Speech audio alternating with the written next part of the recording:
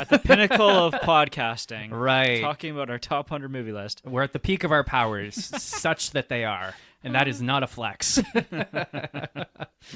Shall we actually just get started? Yeah, let's just jump right into it. Okay.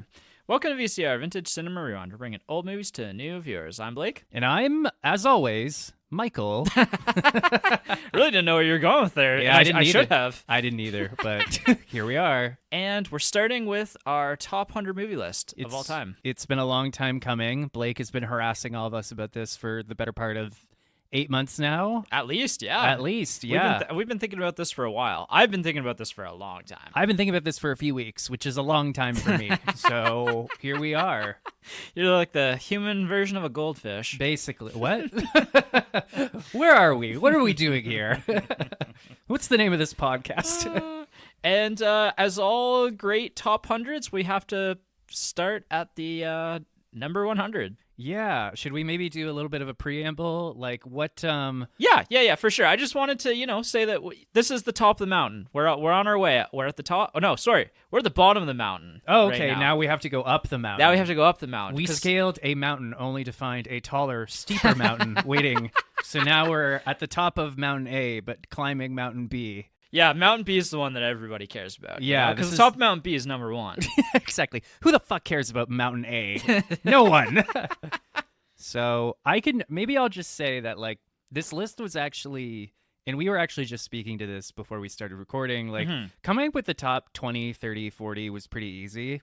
Then you had to kind of like sit back and really think about it. Yeah. And like movies are such a part of all of our lives and our culture that, I had this Word document open for weeks and I'd just be sitting around being like, oh yeah, that one. Yeah. They're like, oh yeah, that one. Or like, yeah, that one, right? Like, and especially us, I think our relationship has always been, let's watch movies together. Yep. So coming up with this list was challenging in some respects. And I'll just say that like my personal philosophy was and always has been like, how well do I remember the movie after the fact? Yep. Right? Yep. Like, you and I just recently saw that movie, Weapons, which is really good, and I'm not going to spoil anything about it because it's something you should go in knowing nothing about. Yeah. And that's a movie where, like, I really liked it. I had some qualms with it, but, like, I think every day since, Wednesday when we saw it, I've thought about it. Oh, wow. I've had a few minutes from, like, oh, yeah, that was interesting, right? I've certainly talked about it with people. Yeah. Yeah. So, like, I think, and, speaking a little bit more to that, I'll also say that, like, just how I was feeling and who I was with and how much just sheer enjoyment I got on first viewing or second viewing or third viewing really factored a lot into it. Yeah, I think that's completely fair. I think that's a large piece of my top 100 as well. I think that there are some movies in here that, they're both critically acclaimed and I watch them and I'm like, yeah, that's one of the best movies of all time. And like, I absolutely love it. So there's going to be some classics on my list. There's going to be some ones from the heart that like, they're very special to me. Like you're not going to probably see them on a lot of other top 100 movie lists. And they're ones that I think are just like the pinnacle of movies in general. So yeah. And I'll say to that too, my list is shamelessly myself in the sense that like, there are some movies that probably should be way higher on this list, but like in the act of compiling it, I was actually surprised by how much it like shunted down the list. Yeah. Well, and I set my list up pretty quickly. Like I just went to town and put like 110 movies on a list to start off with. Okay. As kind of a rough draft. And then I approached it like, oh, it's been a long time since I actually saw that movie. Let's check it out, see if it holds up. I found a lot of the time the movies that I hadn't seen in a long time actually moved up again after rewatching them. That's fair, yeah. And that was actually part of the fun of the last 8 months as well, because I had already kind of built this list, like I said, right? And so I kind of had an idea of what to approach, what I need to approach still, what I needed to reapproach again. And, so the last 8 months, I've been watching like my favorite movies all the time. So what a problem to have, it's just been an absolute pleasure. Yeah. It's been great. It's been really exciting. There's been actually the very last movie that I watched that made it onto my top 100. I watched last night, and I was on my top 100 before, but I hadn't gotten to it since I was probably like 2021. Like it's been over a decade since I watched it last. Sorry, what was that movie? I'm not going to tell you because it's on my top 100. Oh, right. And it's actually... You know what? You said last night, and I instantly started thinking about the Canadian movie we did a few months ago. Then you kept talking. Then I got confused, and here we are. And here we are. Ah! Yeah, and so it's a movie that is going to be pretty high up, so it's going to be a few weeks before we talk about it, but maybe I won't spoil too much about it. Maybe I'll leave it until then. But let's just say that there are movies that I approached and I re-fell in love with all over again after not having seen them, or even like understood them better this time around. Yeah, and I've noticed, something we should talk about, or something that I've spoken about in the past, is that there are movies that like I really genuinely love, but it took me a while to get there. Yep. Like I watched it, didn't care for it all that much, watched it again, liked it a little more, watched it again, liked it a little more, and then I was like, all right, yeah, like I love this movie. Right. Yeah, It's kind of like our friendship. Well, and kind of speaking to what you're saying there, like, so this is our number 100 down to number 81 that we're going to be taking care of right now. Right. And a lot of the movies in this bottom 20 are actually movies that I've watched for the first or second time in the last 6 to 8 months. And a lot of them are, some of them are the mainstays that will be on my list probably until the end of time. And there's a few in here that I'm not 100% sure on yet. I'm still milling over. Like I know that I like them, and I know that I've thought about them a lot, but maybe they'll move down next year, or maybe they'll move up even higher on my list. I'm not quite sure. Yeah, I know. There are, maybe just one last point before we get into it. There are some movies that have made it to my top 100 that I will probably never watch again, but they made it onto my top 100. So think of that what you will. I actually have one specifically like that on my list. So I guess the last thing I want to ask you before we started doing this list is, did you set any rules for yourself when you were creating this list? Were there any rules that you followed yourself? Because we didn't have any rules going into this. It was whatever 100 movies you wanted to put on your list, you were welcome to do. Yeah, that's a good question. And I'll say that my only rule was that I had to be honest. Okay. There were a couple movies I wanted to throw in there just to sound smarter than I actually am. Right. But then on reflection, I was like, yes, this is a critically acclaimed movie. Yes, this will make me sound like less of a fanboy shield than I really am. But I don't like this movie as much as I like this dumber movie. So the dumber movie is making it in. That's completely fair. Yeah, right? Other than that, no, not really. I was just speaking purely from the heart. Yeah, I think I kind of did the same. I think especially, looking at my top 10 are very me-coded movies, and particularly my top 5 are all just so me, and I'll probably get a few grumbles about them later on. But the one rule I didn't necessarily set for myself, but I found that I ended up actually my list as I whittled it down ended up kind of more or less taking this approach, except for I think one, maybe two singular exceptions, is I have no multiple franchise entries on my list. So let's take an example of Star Wars, for example. Yes. If I had Star Wars Episode 4 or Episode 5 on my list, I probably only included one Star Wars movie on my list. Yeah. And in part, and I'll speak to a few of them, there's a few in cases where it's no, this one is just the best of the series, and there's not really much to discuss about with the other parts of the series. And there's a few movies where it's honestly, both of these movies I would probably put in pretty much the same spot on my list, and to discuss one, you almost have to discuss the other.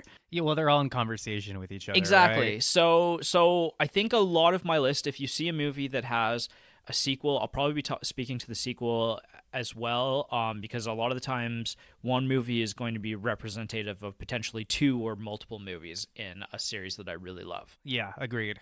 So that's the only thing that I wanted to speak to. But other than that, I think I'm ready to go. Top 100. Yeah. Starting on number 100. Starting on number 100. Okay, here we go. Wait, who's starting first? You start. It's your podcast. You start. Okay, I'm going to start first. So this is an interesting movie. This one is one of the last movies that made it onto my top 100 list. It's definitely the last movie that I watched and went, yeah, okay, maybe. And I've been thinking about it a lot. We did it on the podcast really recently, actually. I watched it and we talked about it on the podcast, and I really liked it then. And it's kind of one of those movies that I just couldn't stop thinking about. Okay, hit me. And that's Pro Le Fou. Really? As number 100, yeah. Wow, okay. I have not been able to get this movie out of my goddamn head for like the last several weeks. Wow, I tried to get this movie out of my head almost instantly. Vodka helped. Yeah, I mean, so we literally talked about this on the podcast very recently, so I'm not going to go into too much detail about it. I think it's a really fun episode, or 2 episodes that we did on it, so I don't want to speak too much to it. But yeah, it's just... It's such an interesting enigma of a film. Like it's pure art. Like and to speak to what you were saying earlier, like it's a movie that I literally have not been able to stop thinking about since I watched it. So okay, yeah, interesting. And so it just last minute made it into my top 100 again. I don't know if it's going to move up or down next year. We'll see. But I think this movie is worth kind of mentioning again and saying, go check out our last episode about this one. Yeah, go check out. I mean, if you have to, but this all, for those of you who've already listened to that episode, we do need to remind you that this movie is absolutely not for you. It's not really for anyone. Yeah, except for me, apparently. I'm number 100 on my top 100 list. Absolutely. Okay, is it my turn? Yep. Okay, number 100. This one I did struggle with. I actually panicked and changed it right before we started recording.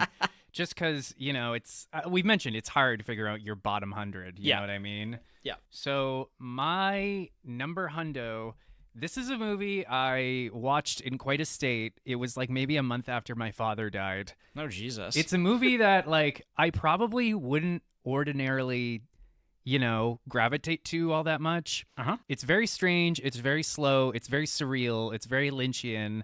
But I wasn't bored. Interesting. And I remember sitting up straight the entire fucking time. Yeah. And that is a little movie called Lamb. Lamb. It's, I don't think I've heard of Lamb. It's from 2021. It's by a guy named, and I'm really sorry if I fuck this up, Valdemar Johannesson, who co-wrote the screenplay with Saijon. This is from Denmark, I believe, so I'm really, really sorry if I... Oh, excuse me. It's a... Oh, this is the one I told you to watch at one point, and I haven't seen it myself yet. Oh, wow. So you gave me homework that you didn't do. Excuse me. It's a co-production between Iceland, Sweden, and Poland. Mm-hmm. So it's a story about this couple living in the ass end of nowhere who are sheep herders. And one day, one of the sheep gives birth to like a human-shaped baby.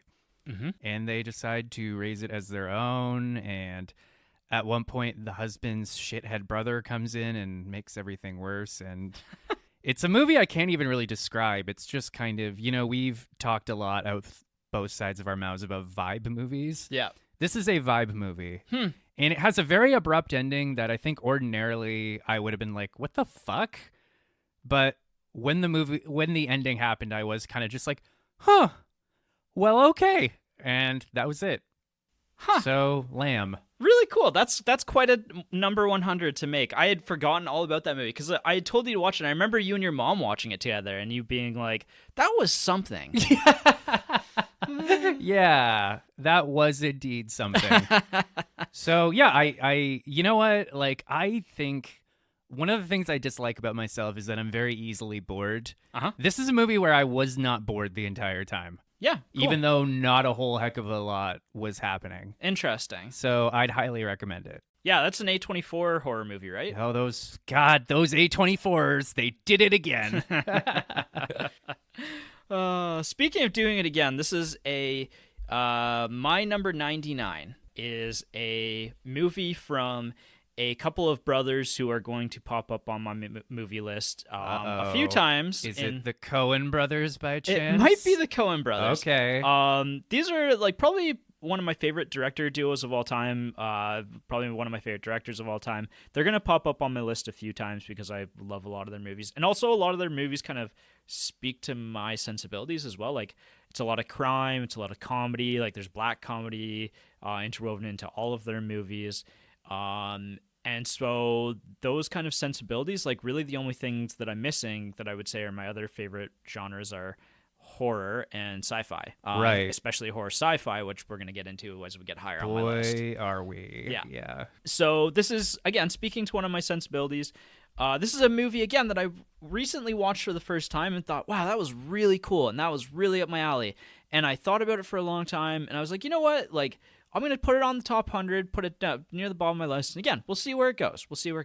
And so this is Miller's Crossing by the Coen brothers. Okay, interesting. That's one I have not seen. Yeah, it's one of their oldest movies. I think it is either their second or third feature film. And I described it to Jason right after I watched this movie. I was like, oh, this is such a Jason movie too. So I messaged him and told him, you know, like, you need to watch this. Like, it's a neo-noir gangster flick, which is right up his alley as well.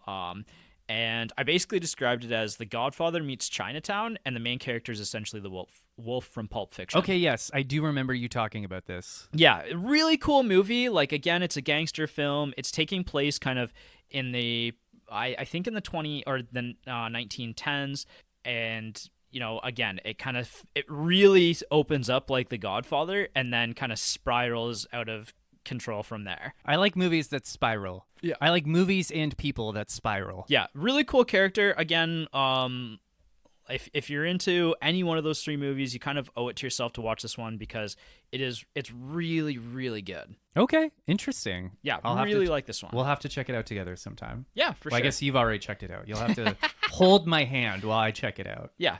So my number 99 is a movie that we have done on the podcast together. Mm-hmm. It's a movie that I actually didn't think I would like, but liked it a hell of a lot more than I was anticipating. Oh, interesting. And that is a little slasher movie called The Texas Chainsaw Massacre. Wow. Yeah. There it is. There it is, right? That's Yep. a movie that, like, again, I wouldn't say I dislike horror, but I'm not as drawn to it as you are, for instance, right? Yeah. Like, sorry, but The Thing is not making it onto my top 100. Wow. Yeah, sorry, everybody. Sorry, John Carpenter. I think you're wrong, but that's fine. Move on. Good for you. You're wrong. Anyways, Texas Chainsaw Massacre. It's a dirt simple story about 4 shitty teenagers making a trip to go make sure no one defiled their grandfather's grave or something. Mm-hmm. And along the way, they're accosted by man-eating hitchhikers, man-eating leather faces, and man-eating old men. Mm-hmm. And it's a movie that really upset me.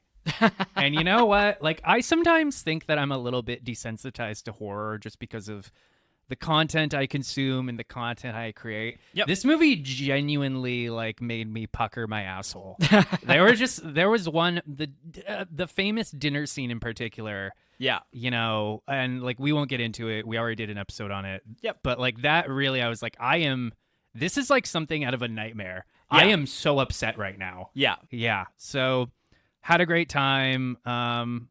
It's great.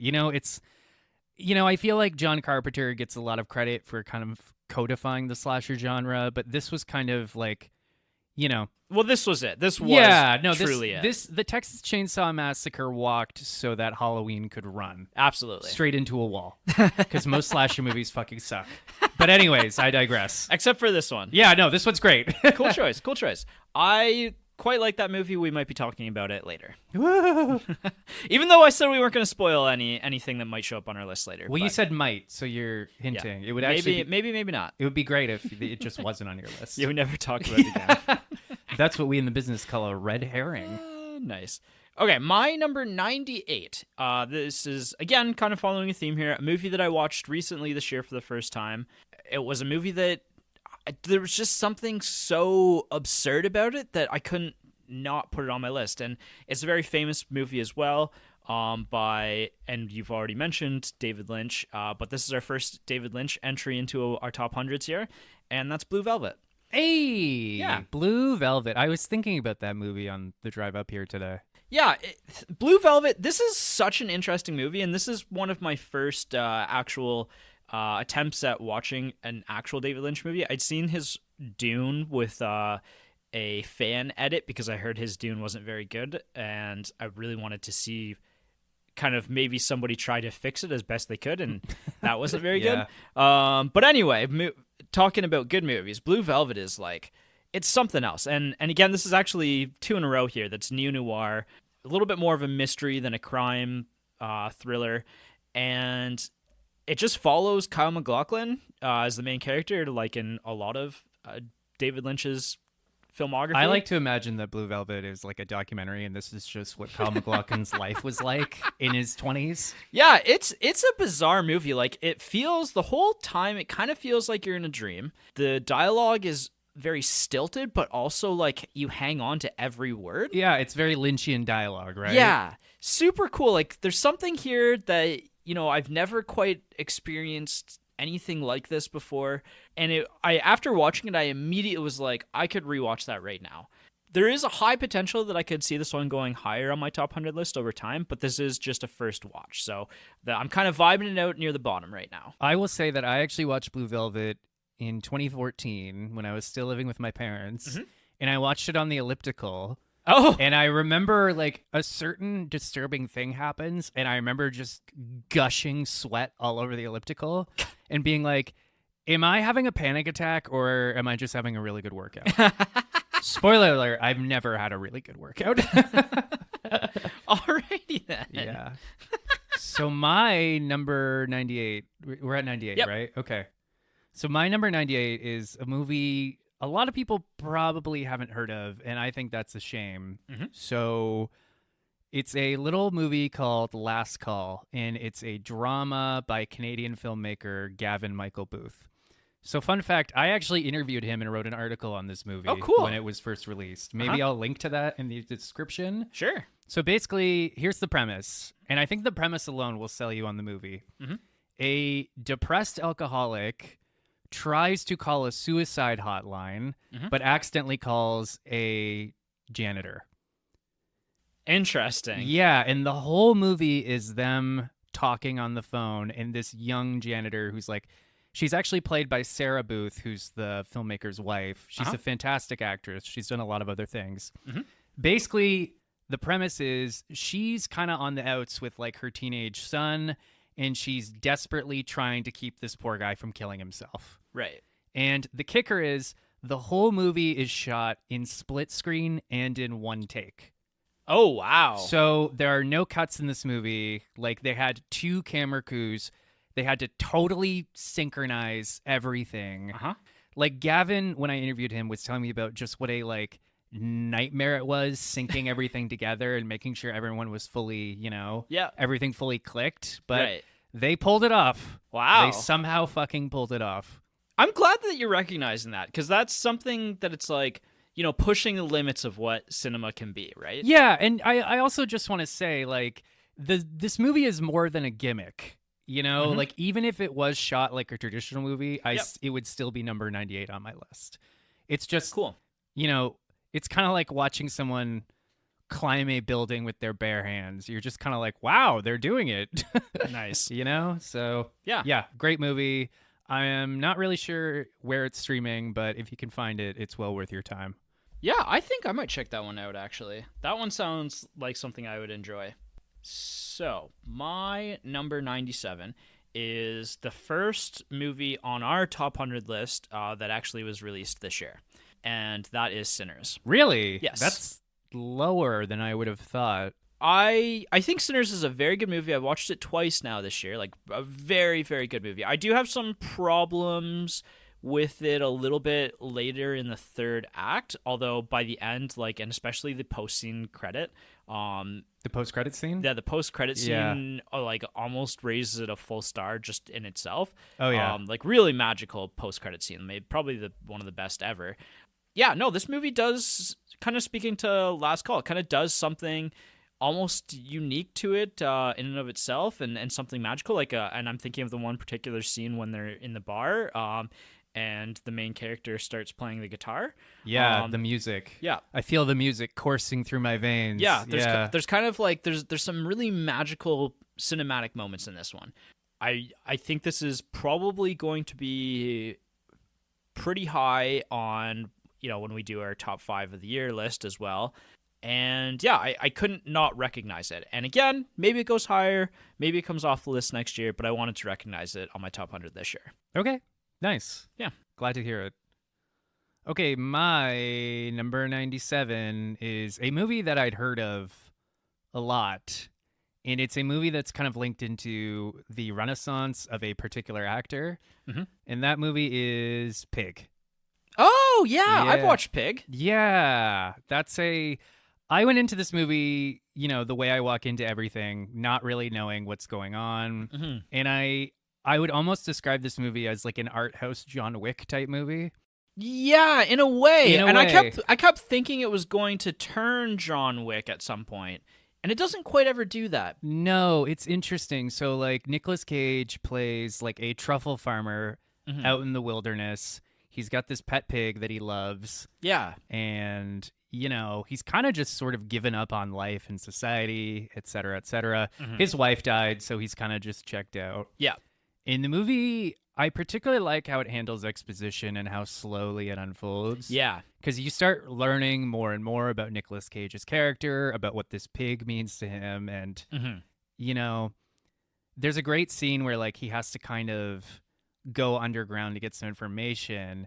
And it looks like a scene out of a John Wick movie where, like, he's kind of taking his clothes off and he's stepping into the ring with this other guy. Right. But then instead of killing 87 people like a John Wick movie, he just kind of gets his ass kicked. Yeah. But it's so compelling. You're like, wow. Yeah. So, and, the ending is quite bittersweet, but also quite appropriate. Yeah. It comments on a lot of things, but it's really, to me, like a meditation on grief.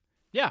I think that's right up your alley as well. Like, that's a good choice for you. Yeah, and it's one of those movies where, like, what can you say about Nicolas Cage other than the fact that, like, This is probably one of his like more reined in performances as well, and I think that's also partially why it's recognized, or why maybe you're recognized it as well. yeah, it's kind of, to quote, there's a, lifestyle influencer I kind of like named Mark Manson, and I remember he said once, he's like, no, Nicolas Cage is a great actor. He just likes money a little too much. So, yeah, really liked it. We'll probably watch it again soon. Cool. Good times. Yeah, my number 96 is a movie about money as well, and in this case, stealing it. It's Dog Day Afternoon, our first Sidney Lumet entry into our top 100 list here. I love that movie. Yeah, well, we did it, like, this is a movie that we did on the podcast after I did it on our first movie draft. I've watched it a couple times now, and every time I'm just absolutely blown away by everything in this movie. Like, the performances are all incredible, like the camera work. Easily Al Pacino's best performance. Absolutely. Attica. Yeah. No, there's like his performances are more reined in like than his later years, but he still gets those big moments like the Attica moment. It's just like kind of a magical movie. It ends on a really bitter note, much like the story that it's based on. Mm-hmm. But there was really no other way to end a movie like that, and so it also kind of has one of my best phone call scenes of all time in a movie. I know what you're talking about with Prince Humperdinck. Yeah, Chris Sarandon. Yeah, he's great he's arguably better than Al Pacino. Yeah, I very much agree. Like, this is a movie that I think more people should at least know about, let alone watch. Like, and I think that just about anybody is going to get something out of this one. Yeah, I agree. And again, we did it on the podcast, so you can go check that out. Yeah, plug. So my number 96 is a movie I will probably never watch again. So let me paint you a picture. Our first of our probably never watched again. Yeah, that's the exclusively Michael category. So let me paint No, not exclusively you. Okay, glad to hear it. So let me paint you a picture. I had just started dating someone I went to high school with. Things were going really well. I had just had to move back in with my parents because of stuff. I drove like 2 hours to see her, took her out for dinner. We went to go see this movie at like our local kind of indie theater because that's the only place it was playing. Mm-hmm. We sat down. 3 hours later, we both left the theater not looking at each other. And that movie is Ari Aster's Beau is Afraid. I can't believe you went on a date with somebody with that. Yeah, and you know what? I never saw her again after that. Although, like, she was a really nice person, and she actually, I think, liked it more than I did. That's wild. Also wild that Beau's Afraid made it onto your top 100. Yeah, it's one of those movies where, like, I didn't I wouldn't say I liked it, Yeah. but I also remember it vividly. Yeah. And like I think about it all the time. It's been 2 years. Wow. I still think about the penis monster in the attic. Spoilers. I don't care. Yeah, so it's arguably, and I have a ton of respect for what's his face, Joaquin Aster? Phoenix. Oh, Joaquin okay. Phoenix. I have a ton of respect for his ability to carry a movie, and Nathan Lane and all the other actors and actresses in the movie. It's an experience I won't soon forget, but hope to never relive. Yeah, that's an interesting one. I can't believe that made your top 100. I'm a little surprised too. I'm not going to speak to it because I didn't really like that movie all that much. There were definitely scenes that I liked about it, but as a whole, it didn't quite work for me. Yeah. But Ari Aster is, again, one of those directors that, it's hard not to talk to about that guy. He's just such a provocative director. You know right what? now. I think part of it is the whole time I was sitting in that smelly art house theater that we go to. It's not smelly. I'm just being a bitch. But the whole time I kept looking at the screen being like, I can't believe this got made. The sheer audacity. Yeah. And I think that's what I respect about it more than anything else. The audacity. That actually kind of rolls into my number 95 relatively well. Hit me. The sheer audacity of this movie is partially why I love it so much. This is also one of the first true sci-fi entries on either of our top 100 lists now.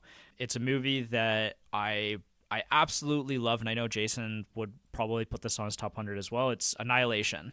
Oh yeah, I was waiting for that one. Yeah, that's from Alex lower Garland. than I thought it would be. No, I love this movie a lot. I've seen a lot of movies in my life, but Annihilation is, such a cool movie with some of the best imagery I've ever seen of depression, and anxiety and other kind of ideas or it's just there's just some purely haunting moments in this movie. I just absolutely love it. I don't even know what to say. It's one of the best. I think that it's a movie that's probably flown under the radar for too many people. I agree. Yeah. And honestly, I didn't know that it came out when it came out in 2018. I probably saw it on Netflix when it came out in 2019 or released on there. I remember Red Letter Media talking about this movie and saying that nobody saw it. Yeah. Nobody even heard of it. Yeah. And when it came out to streaming, it's kind of one of those streaming winners. It came out and it just blew my mind. Yeah. So Annihilation is number 95. Okay, tight. My number 95 is kind of very, very different from yours. It's a movie that we did on this podcast, but I wasn't here for it. Oh, okay. That was one of the much anticipated Blake and Jason episodes. And that is Cube. Cube making your top 100. I liked that movie a lot. It's so funny because Jason and I absolutely hated it. I know. I remember watching your review of it being like, you guys don't know what you're talking about. It's honestly, and I think, it's, for those of you who haven't heard of it or listened to our episode, it's basically 7 or 8 complete strangers wake up in a cube. Yeah. Basically, this weird little sci-fi structure that is intent to kill them. Yep. And these 7 or 8 strangers need to really work together to find their way out of there. And I like it I like the premise. I like the different character relationships. I like how some characters get better and some characters get worse. Mm-hmm. I also like that they never explain the cube. Yeah. Yeah. It's a very ambiguous ending. Right. There's no, you and I just saw a really good horror movie, and the problem I have sometimes with horror movies, or just storytelling in particular, is, you can sometimes build up all this intrigue and all this mystery, but then when it's revealed, you're often just like, oh, that's it? Right. Right. So I think I liked perhaps more than anything else that they don't explain the cube. For there is no explanation. There is only the cube.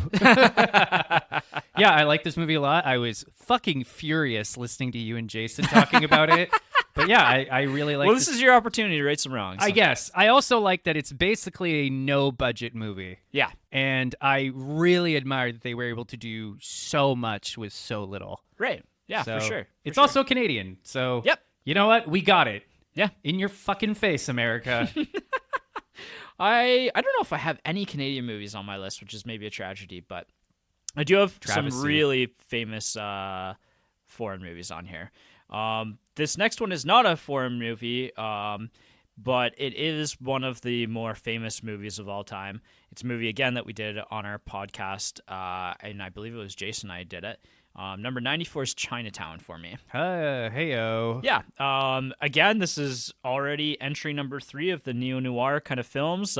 This one being a little bit more of the detective style film, following Jack Nicholson, who will appear again on my list at some point, as a detective Jake Gittes during the water wars in Hollywood in the 1920s. Hell yeah. A movie both simultaneously about that and not about that at all. It's more about power and wealth, and it has one of the most hauntingly bitter endings to a film I've ever seen. Forget it, Jake. It's Chinatown. Yeah. Once you've seen that movie, you know, right? There's a reason why that quote has held on for so long, because it's truly one of the darkest movie endings I've ever seen. Right. It's the pure nihilism of the 1970s. Yeah. So absolutely love this movie. I really need to watch it again because there is a chance that it should be higher. I just have only seen it the one time at this point. Okay. Yeah. I think I need to rewatch that again, too. Yeah. Number 94, Chinatown. Chinatown. My number 94 is the polar opposite of Chinatown. It's a movie that I watched with you and your wife a few months ago. I think we were all a little confused and baffled by it. Interesting. Then I watched it again with my girlfriend, and I liked it a lot more. And I still think about it all the time. And that's a little animated stop-motion movie called The Fantastic Mr. Fox. Oh, wow. Yeah. This is our first Wes Anderson. Yeah. Well, the other point is that you've kind of turned me on to Mr. Anderson Yes. in recent months, and I really, really like his stuff. You just have to find that one movie to get you in. You just need your in to Wes Anderson, and once you're in, you're in. Honestly, though, I don't think I needed an in. I think I clicked with this weirdo right away. You know? I was like, yeah. Yeah. My only complaint with Wes Anderson is that it's not fair that he shares the same last name with another famous director, Paul Thomas Anderson. Super confusing. I think they need to have a gentleman's agreement to just change their names. But I digress. Well, PTA goes by PTA as well, though. So okay. There's your separation. I'm just going to call them Wes and Paul. Yeah, that's Done. That's fine. So anyways, this is a great... This movie, it's another movie where I look at it and I'm kind of baffled it even got made, because it's essentially a children's movie about a midlife crisis. And well, when you put it that way. Yeah. Am I wrong? So, you know what? You and I aren't exactly middle-aged, but we have crashed headlong into our 30s. Yep. So this whole, basically, briefest of plot summaries is there's a gentleman named Mr. Fox who made his bones stealing chickens from farmers. Mm-hmm. Then he got his wife pregnant and he decided to go straight as a newspaper man. But he still yearns for his glory days. There's a great moment where he's talking to his best friend and says, who am I without, a chicken in my teeth, right? Mm-hmm. Now, again, you and I aren't exactly middle-aged, but I think we're old enough now where we can ask ourselves those same questions. So, yeah, I found it very compelling. It's fantastic. Spoiler, pun intended, I guess. Liked it a lot. I'll probably even watch it again before the year's out. Wow. It's also an hour 20, which it's not a huge commitment to watch. Yeah, no, absolutely. Cool. That's our first Wes Anderson. I'm really excited. He's going to show up on my list at least once more. He may or may not show up on my list at least a couple more times. Yeah. Let's just call him Wes, okay? Yeah, he's become kind of a mainstay in our group of movie watchers. Hell yeah. So, my number 93 is a movie that I don't know that you and I have ever talked about or watched together. It's a movie that every 5 to 10 years I'm it's been a while since I watched that. I wonder if it still holds up. And it does. It's one of Ben Affleck's first directed films. Okay. It's The Town from 2010. Oh, okay. And again, I'm sorry to do this. Apparently, I have a lot in my top 20. It's a neo-noir action thriller. I think we're learning more and more about Blake and his taste.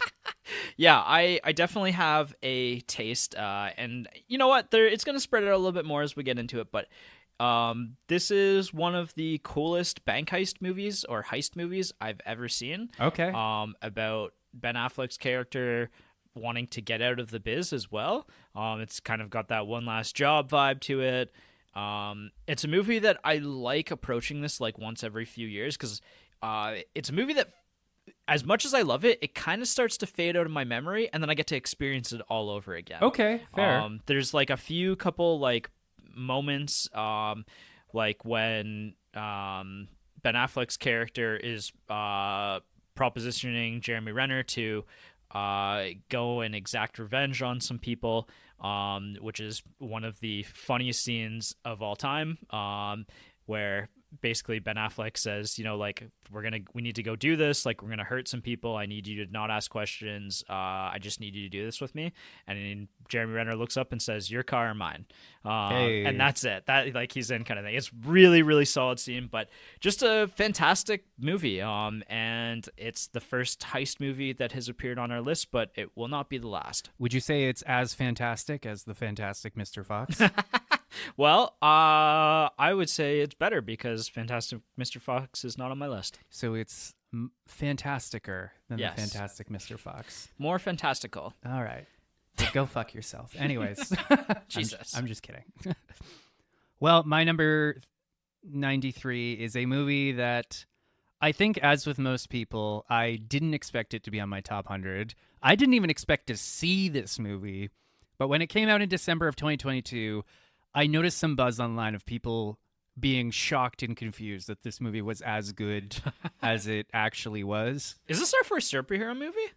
Kind of. Wow. It is Puss in Boots: The Last Wish. Oh, no, it's not what I was thinking. No, not exactly. So, yeah, it's apparently, as I recall, there was a Puss in Boots movie in 2011 that I don't think anybody saw. I haven't seen it. Then they came out with a sequel 11 years later, and it had no right going as hard as it did. Yeah, I still haven't watched it yet, unfortunately. It's very, very good. It's one of the best, like, most tightly structured screenplays I've ever seen.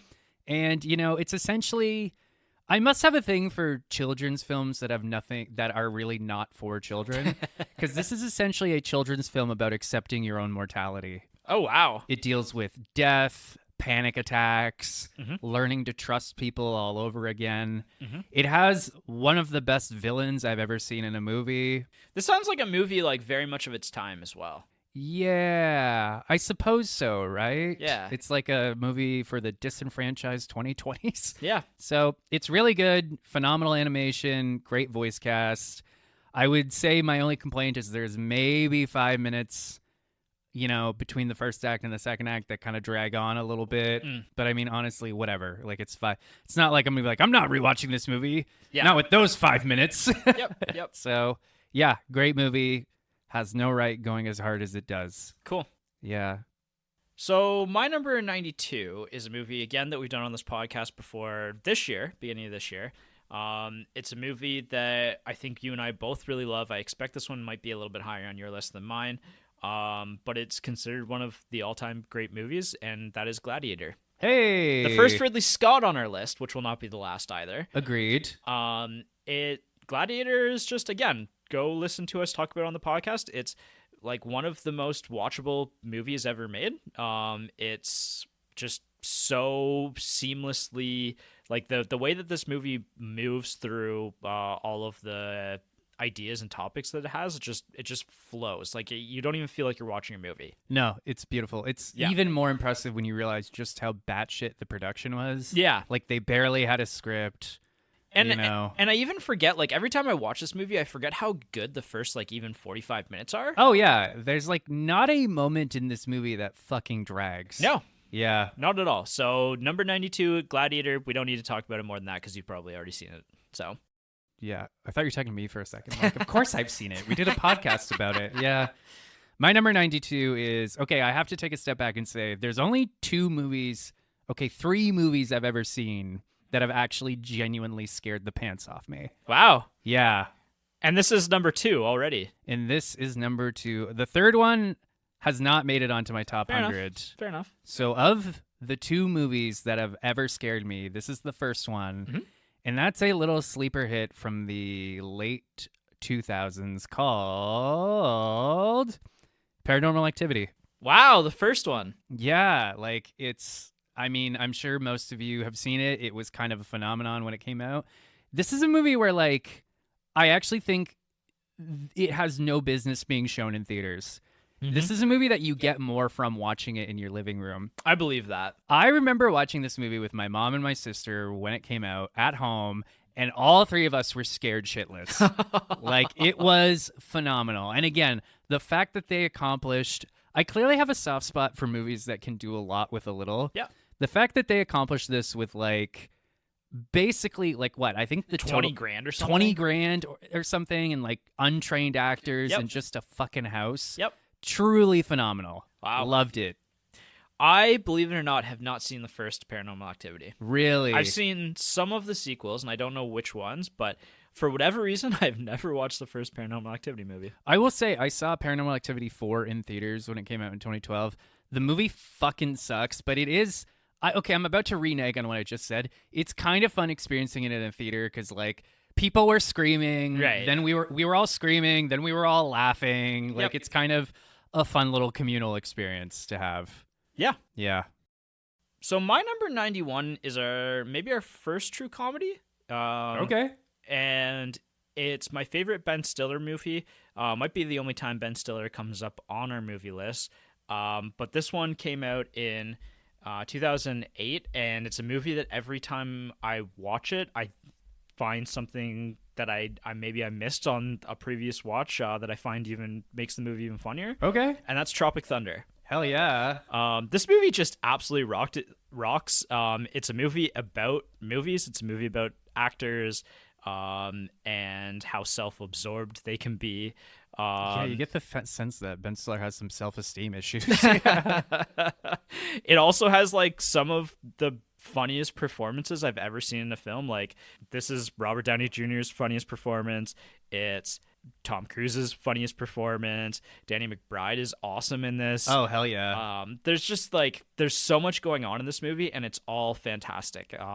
It's well worth your time. I heard that there's some talk about maybe a sequel to this starring Tom Cruise and Tom Cruise's character, because he loved that character so much too. Yeah, that's one of those things where, like, I didn't realize that was Tom Cruise until much later. Yeah. Yeah. No, this is like one of the all-time Hollywood movies, in my opinion. Like, and I think it holds up really well. Okay. Shit. Yeah. I believe it or not, I've never seen that movie all the way through. Wow. But I really liked it a lot.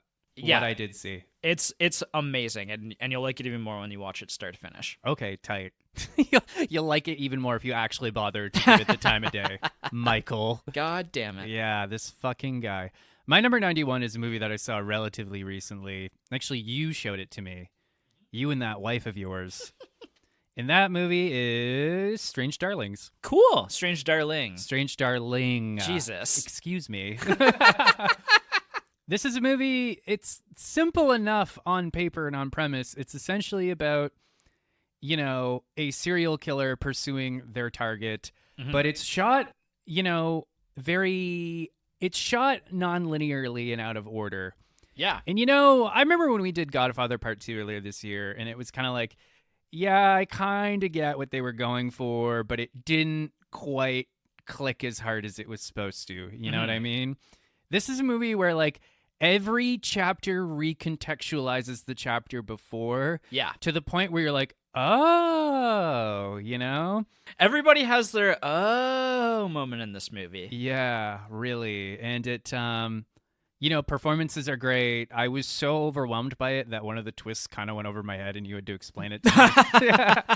Which is one of the core central points of the movie. A lot was happening, Blake. I was like, oh my God. Also, just a shout out that Giovanni Ribisi did the cinematography of this one. It looks beautiful. And it looks beautiful. Like, that's one of the highlights of the movie. Exactly. So yeah. Really cool film. Really liked it a lot. I've been reading a lot of thrillers lately and kind of like refamiliarizing myself with the format. Yep. And I was kind of like, this is masterful tension building. Yes. Mwah. Yeah. Very cool movie, not making my top 100. Ah. However, my number 90 is a movie that is another 2025 release that I recently watched. And again, won't be going higher just because I need to rewatch it. I need to recontextualize with it and spend a little bit more time with it to see if it goes higher. But it's a movie that, like another Stephen King adaptation that came before it, is something that I could see really growing with people over time. And this one is The Life of Chuck. Oh, yeah. You were telling me about this one. Yeah, this is a Mike Flanagan movie. And if you haven't heard of Mike Flanagan, you and Shame on you. probably don't watch the same things. He's the director known for creating a lot of Netflix TV series, especially the horror series. So like The Haunting on Hill House, Midnight Mass. You know, he's kind of been building this filmography and TV kind of resume that includes a lot of Stephen King and a lot of Edgar Allan Poe, a lot of like just literary icons for me personally. Like gothic shit. Yeah, that's kind of all that stuff's right up my alley. And so Life of Chuck is, funny enough, not anything like any of that stuff. It's not a horror movie. It's more of like it's just purely a drama about the life of Chuck. Like, it's about this character, but it's told in reverse. It's told, the first act is Act 3, and it's during the apocalypse. And we start there, and we move back to Part 2 and Part 1. This movie has, like, some of the best performances that I've seen this year. I think I teared up like 2 or 3 times during this movie. Wow, I don't think I've ever seen you tear up. It's a really beautiful movie. It's narrated by Nick Offerman as well, and I'd heard like some mixed things about it, but it's actually, I think the narration in this movie works extraordinarily well. Okay. And I just want to shout out that Mia Sara plays the grandma in this movie. And for those of you who don't know who that is, that's Sloane from Ferris Bueller's Day Off. Oh.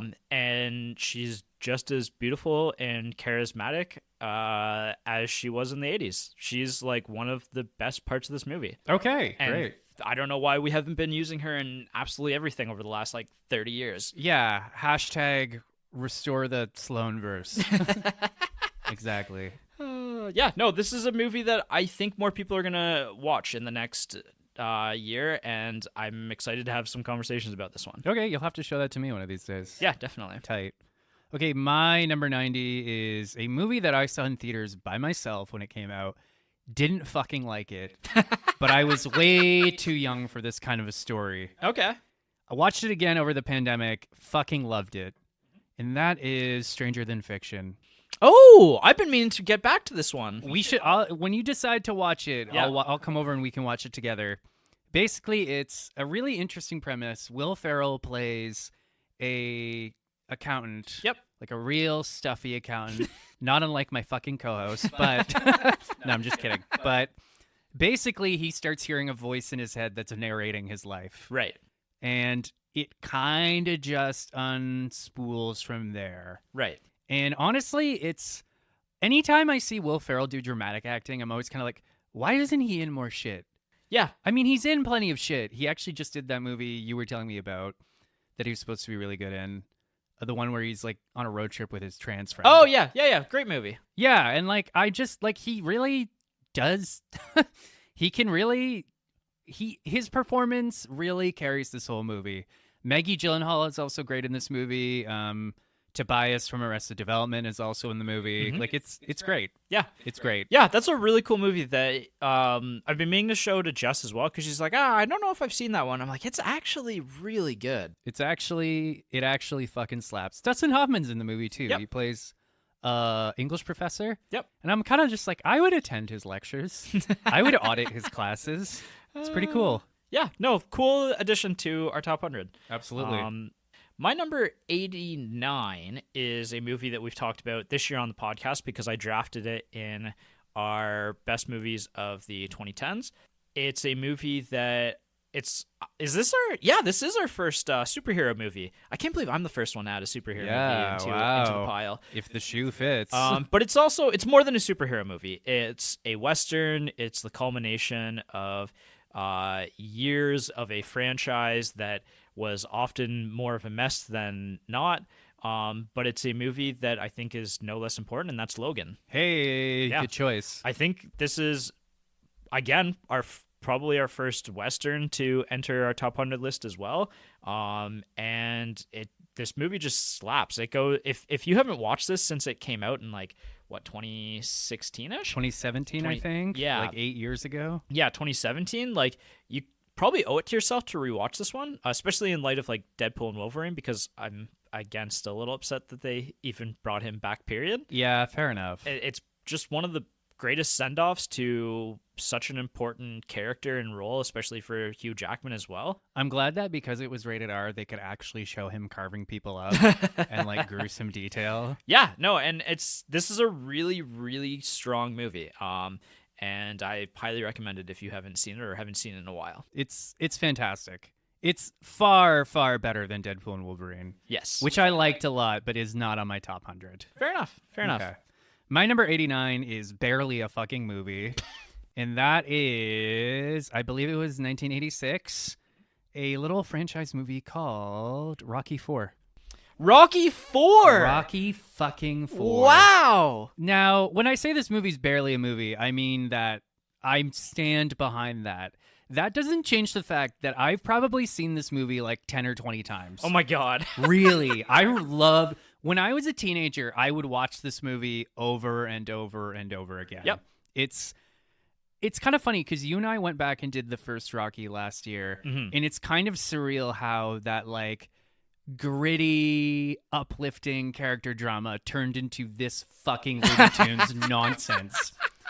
I'm going to give you a very brief overview. It's Rocky ending the Cold War. Yes. And it's him fighting Ivan Drago. And this movie Rocky was always famous for its montages. This movie has 4 or 5 montages. Right. It's more montage than movie. My favorite part of this movie is how he goes to Russia to train. We have a training montage. Then his wife shows up. And then it's and now for another training montage. I'm oh, okay. But no, I genuinely, I think I heard someone talk about this on a podcast a while ago, but as ridiculous and goofy as this movie is, there is something compelling beneath the surface. Mm-hmm. There is kind of an emotional thrust that kind of propels you along. Yeah. I know that Stallone famously re-edited it a couple years ago. And I didn't know that. Yeah, he recut the movie in, I think, 2021. And I think that one focuses more on Rocky's relationship with Apollo, who, spoiler alert, gets Ivan Drago'd to death. So, no, I mean, this movie is kind of silly, but I've probably seen it more than any other movie. Yeah. Maybe not more than any other movie, but I've seen it a lot, and I do really like it. Yeah, I mean, you got to nod to the movies that you've watched a million times. Exactly. I've got a few of those nods in here. Right. That's really cool that you picked Rocky IV. Jess and I are actually, since we watched Rocky 1, we've been slowly making our way through the Rocky movies, and Rocky IV is the next one on our list, which I'm really excited to rewatch because I've only ever seen it once. Yeah, you should call me over when you guys decide to do that. It's pretty funny how the Rocky movies start off serious, get progressively goofier, then they do a 180 and become deathly serious again. Yeah. It's kind of funny. It's charming, but it's funny. Which, actually, funny enough, the next movie on my list, number 88, is a movie that as well starts very serious, and by the end of its original franchise run becomes basically a parody of its former self. Right. And that's Planet of the Apes from 1968. Oh, wow. Okay. The OG. The OG. I absolutely love this movie. It's wild how well, as a sci-fi film and also a commentary on our society, this movie, still holds up after all of those years. And it has one of those great movie endings that is just kind of in the human consciousness at this point. You blew it up. I've never seen the movie, but I know all about it. You've never seen Planet of the Apes? I've never seen it, but I know the ending. Yeah. You damn dirty apes. Exactly. Yeah. So, it's just kind of one of those human consciousness movies. And I, again, as a sci-fi enthusiast, this is one of my favorite movies of all time, and it's on Disney Plus. Like the whole series is on Disney Plus, and I've been meaning to rewatch every one of them because, like I said, this first one is awesome. It includes Charlton Heston. He actually reappears for the second movie, which is an insane movie that takes place in like the core of the earth. And there's like telekinesis human beings in the middle of living in the middle of the earth. Like it's a wild film. Okay, I'm listening. And as the series progressive, there's like time travel and time loops. This is a wild series. But the first one, as a little bit more of a grounded sci-fi film, is really powerful. Okay, interesting. Yeah. Well, I'll have to check that out finally one of these days. Yeah, one of, I think, our first pure, or probably this is my first pure sci-fi film on my list. Okay, tight. Yeah. So my number 88 is a movie that it's okay, fun fact, this is the first DVD I ever owned. Mm-hmm. Blake and I are old enough that it was kind of an event when our families bought our first DVD player. And I think this might have just been the DVD it came with. Mm-hmm. Don't fucking remember watching it at all as a kid. Rewatched it recently with my girlfriend. I fucking loved it. Wow. I thought it was phenomenal. Okay. It's a movie that didn't do well when it came out, but I think has gotten more and more recognition over the years. Mm-hmm. So much so that on the 20th anniversary, which I think was over the pandemic, like the cast and crew got together and did like a Zoom recreation of it. Oh, interesting. And that is Atlantis: The Lost Empire.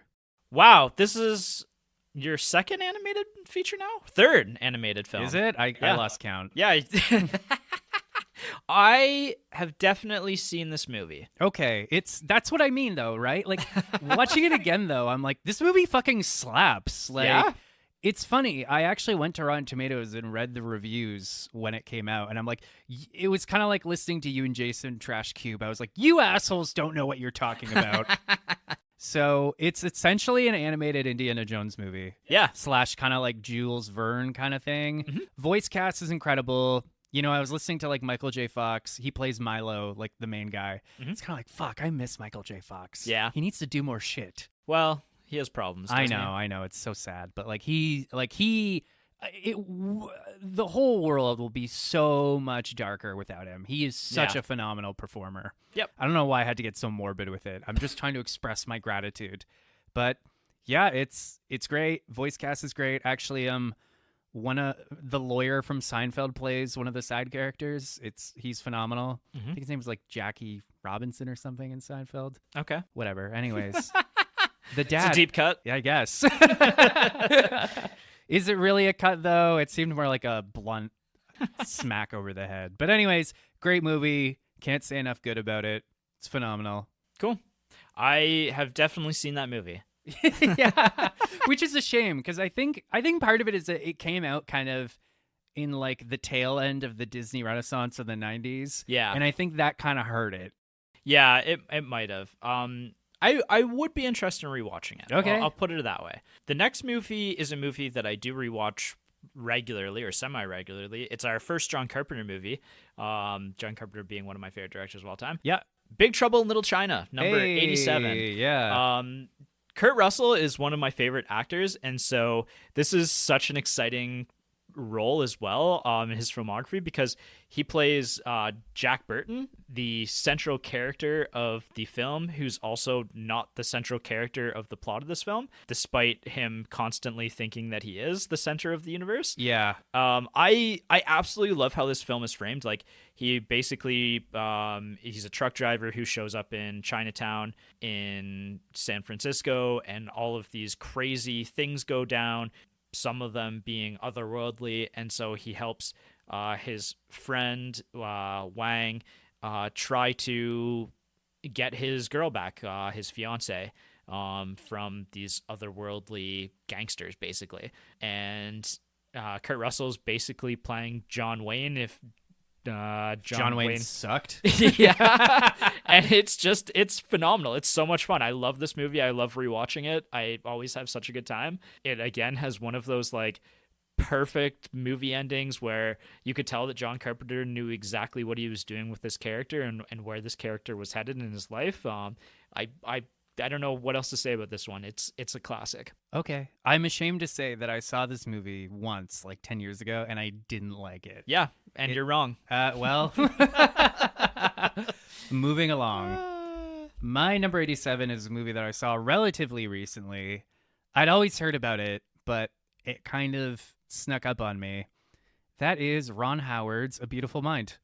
Oh, I've never seen this one. Really? And I've always been meaning to. Okay. Yeah. It stars Russell Crowe as a very you know how some people are people persons? Yeah. Yeah, he's not that. He's he's a brilliant mathematician, but he fucking sucks with people. Yep. And he starts to develop some mental problems as he goes along. Honestly, this movie has a very interesting conceit that I like to consider myself pretty savvy, especially because I do a lot of, I'm a writer myself. Mm-hmm. This conceit, this kind of twist kind of caught me completely off guard, where I was like, oh, wow, like, you got me. So now, all this being said, it is a Ron Howard movie, and it's based on a true story. Mm-hmm. And, they very clearly were, like, airbrushing some of the more, like, problematic aspects of this guy's life and, like, making it more of, like, a sappy Hollywood kind of story. Right. That said, it's incredible. I feel like I've slept on Russell Crowe for a long time. Yeah. But, having watched Gladiator with you and some other stuff, I'm kind of like, fuck, he's a great actor. He's one of the greats, and he would be the first one to tell you that. I know. I know when he was on the set of Gladiator, he told the writer that your lines are garbage, but fortunately I'm the greatest actor in the world. That was a direct reference to that, yes. Yeah, I know, right? And you know what? Probably not the best, but he's close. So yeah, honestly, liked this movie a lot. Again, it's kind of like they're Hollywoodifying a real life guy, but if you know that going in and you don't really care, well, it's great. It's phenomenal. Yeah, that's our first biopic, I think. I guess, yeah. Yeah, cool. I mean, it's barely a fucking biopic, but it's great. Cool. My number 86 is a movie that it's another pure comedy that's also kind of a musical. I think it's very important for jazz as well. Maybe just in particular because of like who it stars. And that's the Blues Brothers. Oh yeah. Yeah, this is one of my favorite movies of all time. Like I couldn't not include it because it's so insanely funny. Starring Dan Aykroyd and John Belushi as two jazz blues brothers who are on a mission from God. On a mission from God to save their childhood orphanage, basically. And it's magical. I love this movie so much.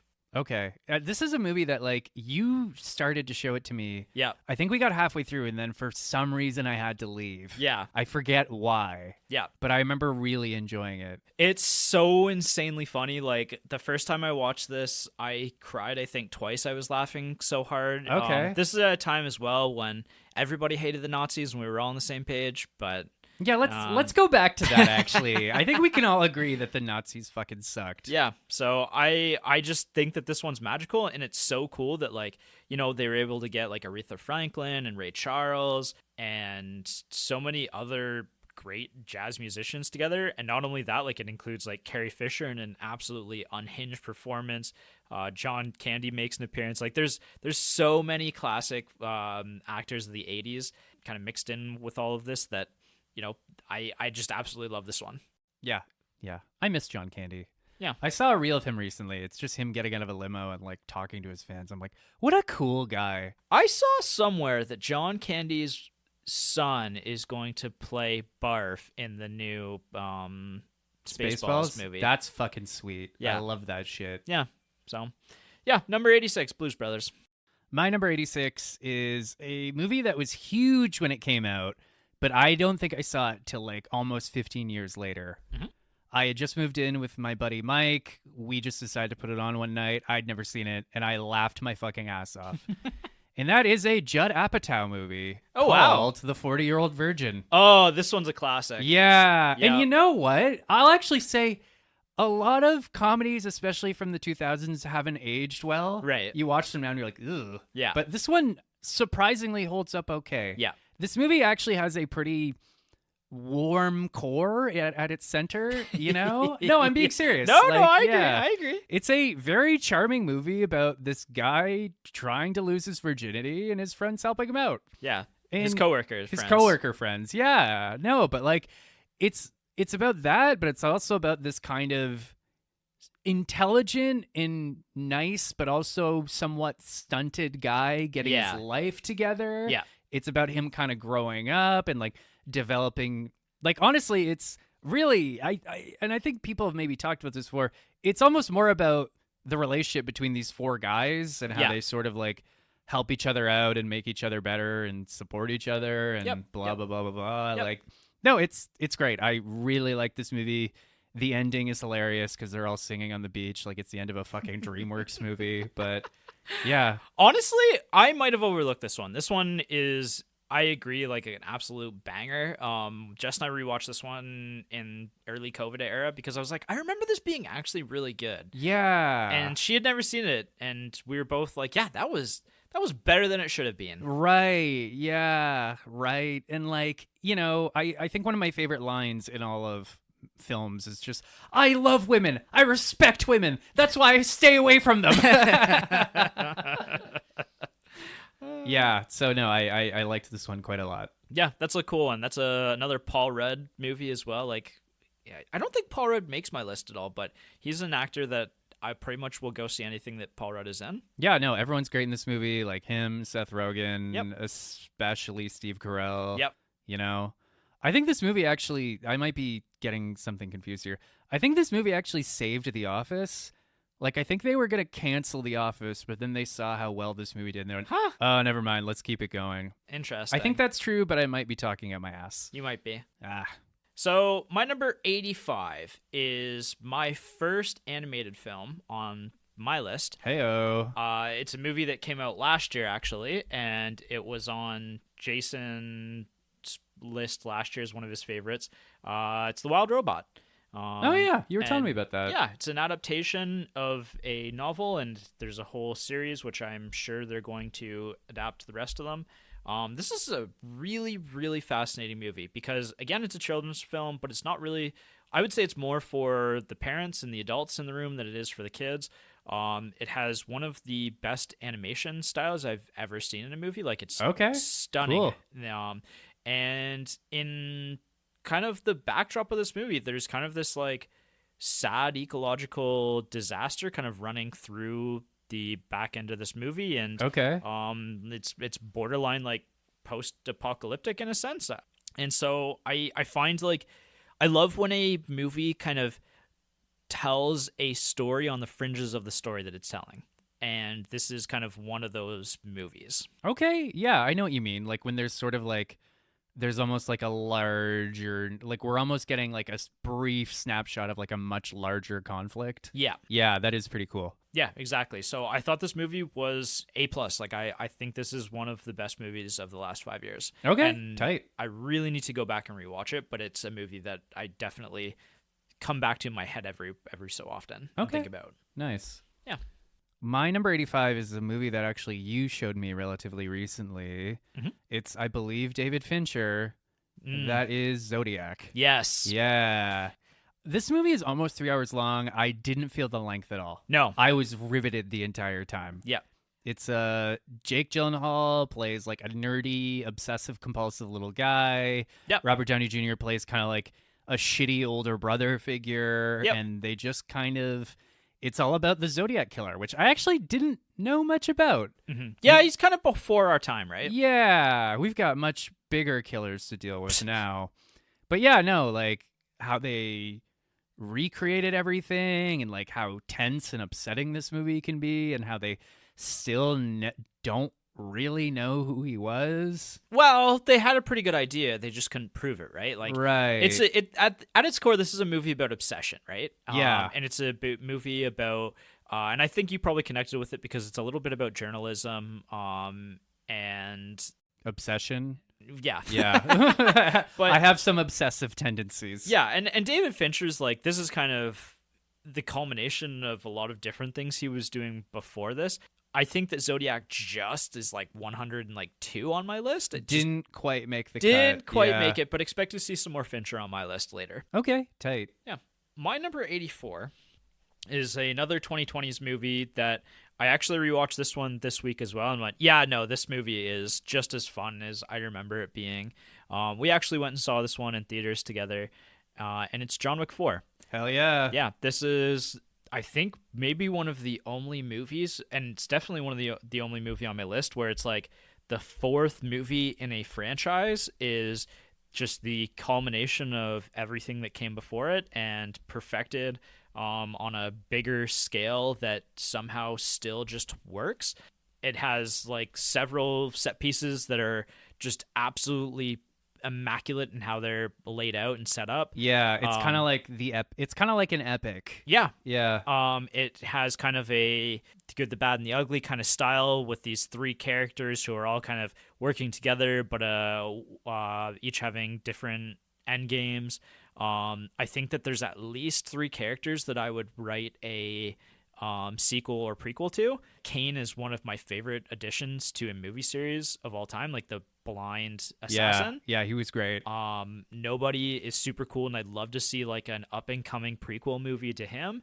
And then there's Akira, who is the concierge in the Japanese Continental. Yeah. The daughter. I think she could have a really cool sequel movie as well.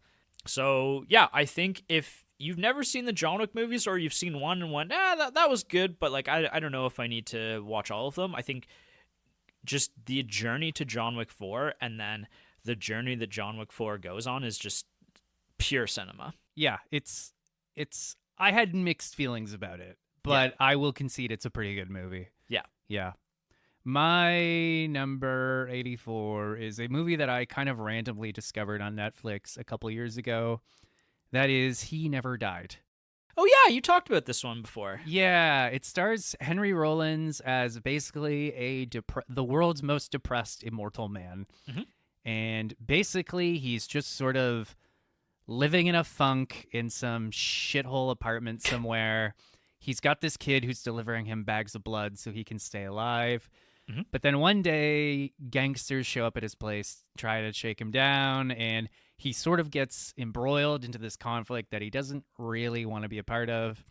This movie's fun because it's low budget, and again, they're managed to do a lot with it. Also, Trevor from Grand Theft Auto 5 is in this movie.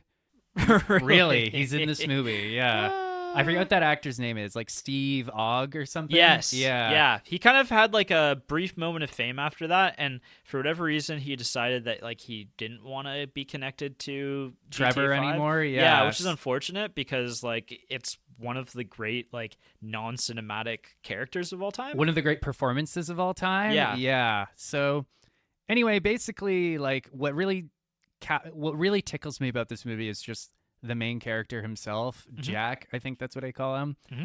Basically, the whole premise is like he's like thousands of years old and he's just tired of everyone's shit. Right. Like even in the beginning when like these gangsters are shaking him down, he's like bleary-eyed and like just wants to go back to sleep. So he just like chucks them out of his apartment, shuts the door, locks it, and like falls back into bed. It's pretty funny. There's a great scene where like there's this waitress who's sort of got a crush on him. Mm-hmm. She asks him like what he does for work, and he's sort of like, I'm not really working right now. She's like, well, what did you used to do? And like he kind of just walks us through his life, like vaguely, obviously, right? But he's like, I did farming, then I did mining. And he's like, security. I worked a lot of security. And like it's like a 3-minute scene where he's just talking about all the different weird shit he does. And Mm-hmm. he clearly has complicated feelings about his own legacy and stuff like that. But yeah, it's a fun, quaint little movie. Cool. I still have yet to watch it. It's been on my movie list for a long time, ever since you talked about it a couple years ago. But yeah, I've been meaning to get to that one, and again, I should. My next movie, number 83 on my list, is our first Quentin Tarantino adjacent movie, who I'm sure will appear a couple more times on our lists as we go. This one's actually one that he wrote and didn't direct. Ah, this one. Yes, True Romance, a movie that we did a couple years ago on the podcast, that I've watched a couple times since. It's just such an easy movie to watch. The two main characters, played by Christian Slater and Patricia Arquette, are just absolutely magical together. And there's also like a number of cameos and quick appearances from other actors that are just all-star performances. Like Gary Oldman, this is one of the craziest performances I've ever seen from him. There's a Dennis Hopper, Christopher Walken scene that's like pure magic in the middle of this movie. Yeah. And It's always pure magic with Christopher Walken. yeah, and honestly, like, this is so Tarantino coded that like coming to this later on and having seen all of Tarantino's movies previously and kind of, knowing some background about the guy, like it's not hard to have a fun time with this one. Okay, tight. Yeah. Christian Slater's had an interesting career, hasn't he? Yeah, he had some drug problems, I think, in his early years, and so he kind of got blacklisted for a little bit. Right. And then he's kind of made a bit of a resurgence. He's made a pretty big resurgence. He's a great voice actor too. Oh yeah. He's got such a compelling voice. He does. Yeah. Yeah. Good for you. Christian Slater, if you ever want to come on the podcast. Patricia Arquette as well is amazing in this. Yeah. And she's like recently doing Severance right now. Oh yeah. And she's like maniacal in Severance. Holy shit. I like that word. Yeah. Maniacal. Anyway, there may be a slight echo in here, but my number 83 is John Wick Chapter 4 2. No way! Yeah. And it went up one from us. Wow, that's our Yeah. first crossover, and they're like right neck and neck. Neck and neck. So I actually I saw this movie twice in theaters, and I had kind of mixed feelings about it just because it's so long. Yeah. And like the John Wick universe is like the longer you spend in it, the more ridiculous you realize it is. Right.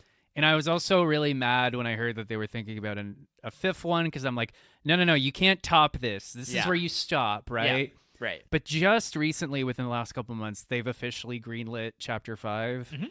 And you know what? I'm fine. I'm okay with it. I like this movie a lot. Yeah. I like this movie a lot, okay? Like, Yeah. there are certain sequences I've gone back to time and time again, just like on YouTube, and I'm like, fuck, that was pretty good. Yeah. I completely agree. Like the staircase scene, Mhm. even Keanu Reeves. Like, you know what? I'm going to upset a lot of people. The guy's barely an actor. But like you kind of just roll with it with this character. So here's my theory on my most recent watch, because I watched it this week, is John Wick is just like severely brain damaged by this movie. And so that's why he barely is a character or barely speaks, is because like he's just trying his best. I know, right? I do love the scene at like the Asian Continental where he's like, I'm gonna kill them all. Yeah. And it's just kind of like, great. That was probably the best take we got out of him. So Yeah. you know what though, this movie is fun. I really like the relationship between him and Kane. Like, Yep. two guys who like clearly love each other, but like are forced to be enemies. Like, Right. there's a lot to like about this Well, movie. and even like the intermingling of Mr. Nobody in that as well, right? Like I love the three assassin dynamic. I think is so special in this movie. And again, I think that this movie is kind of a love letter to cinema as well. Like kind of action cinema in particular. Yeah, but I caught so many different references to other movies, and like obviously there's like references to like Lawrence of Arabia, and some other like of the great films of all time that I was like, this is just a huge movie nerd who made this movie. Yeah, and the world is better for it. Absolutely. And you know what? If you want to make a number 5, fine. Okay, fine. I'm over it. I'm over it. Like Again, if it starred one of the other characters, I could be down for that. Okay. I think that, and we're probably talking too long about John Wick, but I think that Ballerina was kind of a misstep because they created this world, and again, there's some really interesting characters in especially this movie in particular that I'd love to explore a little bit more. Okay, tight. Yeah. My number 82 is a movie, again, that we've done on the podcast. We did it last year. I think it's our first black and white movie. You don't have a black and white movie yet on your list, do you? There might be some. Maybe later, but maybe not later, yet. not yet. So this is a movie that I'd already seen before we did on the podcast, and I had remembered in high school really liking it, and then we watched it again, and I was like, no, that is just as good as I remember it being.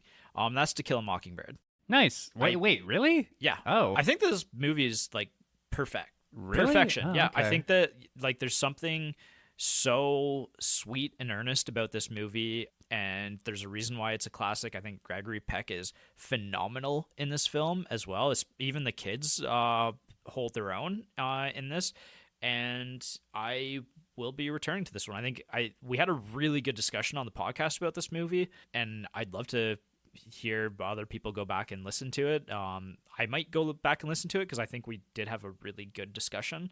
We sometimes have good discussions.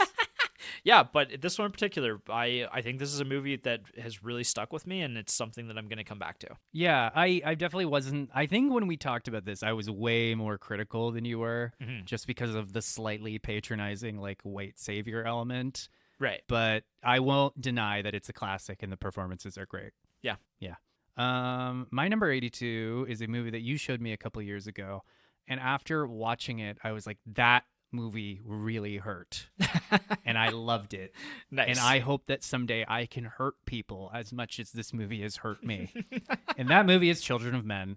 Oh, Children of Men. Yes. Right. Yes. You know, it's quick premise. It's a movie where all the children, there's no children being born for some fucking reason. Yeah. And everybody, It's been like 18 years since a kid was born. Yeah, and when the movie starts, the last living kid just fucking died. Yeah. So society is kind of in free fall. Yeah. And what's his face? Clive Owen is there to try and sort of somehow gets his hands on the last living child. Mm-hmm. And he's got to protect it from all these agents. And this movie is just oppressively depressing. Yes. I remember looking over to you and saying, this is the tone I'm going for in my books. And you were like, ugh. It is a bleak film. Yeah. And with a small kernel of hope in the end. Yeah. And even the ending is a little like, I don't know. Like, is this good or not? Right. So, right. Yeah. Truly a spectacular film. Loved it. Loved it. Loved it. Yes. Hated it. Loved it. One of the all-time greats. I will agree with you. My number 81 is a movie that I don't know if you and I have watched together, but it's one of my all-time favorites. This is our second Steve Carell film, actually, now. Oh. It's The Big Short. Oh, yeah. A movie about the 2008 crisis. Adam McKay directing it, and it's, I think, probably my favorite. Well, it is my favorite Adam McKay movie. And this movie's electric. As somebody who's kind of in this world tangentially, you know, even I don't think tangentially. People don't know this, but you were directly responsible for the housing crisis. And now it's about time and we now take it's you to out task. there. God damn it. I was only 15 years old, but somehow Blake collapsed the housing market. Oh, I was man. standing right over your shoulder when you did it too. Yeah. I love this movie. Ryan Gosling is great in it. This is our first Ryan Gosling movie to make our list. Oh yeah. And again, the way that it explains the themes and concepts with kind of segues, and it kind of does something that I hadn't seen in movies before. Like, there's a cutaway to, for example, Margot Robbie, who's in a bathtub and who basically explains like CDAs to you, or different like financial terminology, or different types of assets, stuff like that. And there's kind of like these different cutaway moments, or different fourth wall breaks that happen that are really cool. And this is just one of, in my opinion, the great movies of the last 20 years. Okay, tight. Yeah. You might have sold me with Margot Robbie in a bathtub explaining something to me, but yeah. You know, you gotta appeal to some of the base. Right. How do we make CPAs interesting? My number 81 is a movie that you showed me like, I don't know, like 8 months ago, like just before the turn of the year. Mm-hmm. And that is Wes Anderson's The Royal Tenenbaums. Yes. The Royal Tenenbaums. Great movie. It's arguably Gene Hackman's greatest performance. As I would agree. Deadbeat fucking dad trying to reconnect with his kids. And like, you know, I think Wisecrack did a video about Wes Anderson a long time ago where they explained that all of his movies are funny, but they're really about like lost innocence. Mm-hmm. And this movie really dials into that. Like, it's about these super hyper gifted kids who are now like just really dysfunctional adults. Like, Yeah. one of them lost his wife, so now he's like super paranoid and having his kids run all these safety drills. Yep. The other one is like a disgraced playwright who's just constantly cheating on Bill Murray, et cetera, et cetera. There's also the kid across the street, Owen Wilson, who Yep. wrote an amazingly successful book, and now he's just kind of lost himself to drug abuse. Right. There's this great moment where Owen Wilson's character is being interviewed on the phone. He's like, "Would you say I'm not a genius?" And then he pauses. He's like, "You didn't even think about it." Yeah, no, this movie, I think this might have been the movie that like really turned me on to Wes Anderson. This is the movie that Wes Anderson finally clicked for me. I had seen Wes Anderson movies before Right. this, but this was the one where it was like, oh, I get it now. Yeah, liked it a lot. Really clicked with me. Yeah, this is, I think, an all-timer for sure. And it would not be spoiling too much to say that this one will appear on my list at some point as well. Okay. Yeah. And that's the first 20 of our top 100. We did it. We did? Yeah. Oh, okay, cool. So, yeah, there's definitely a couple movies on your list that I haven't seen that I've been meaning to, and again, I'm gonna commit to them now to watch them. Okay. And yeah, I'm looking forward to the next 20. Yeah, next me week. as well. Cool. Okay, we'll see you all next week. Yeah. Do your homework. Yeah, let us know which one surprised you or maybe didn't shock you. If there's any movie recommendations based on this 20, let me know too. Love to get a recommendation based on this wild jumble of chaos. Yeah, and by the way, the chaos has only started. Yes, it is. Yeah. All right, we'll see you next time. Bye.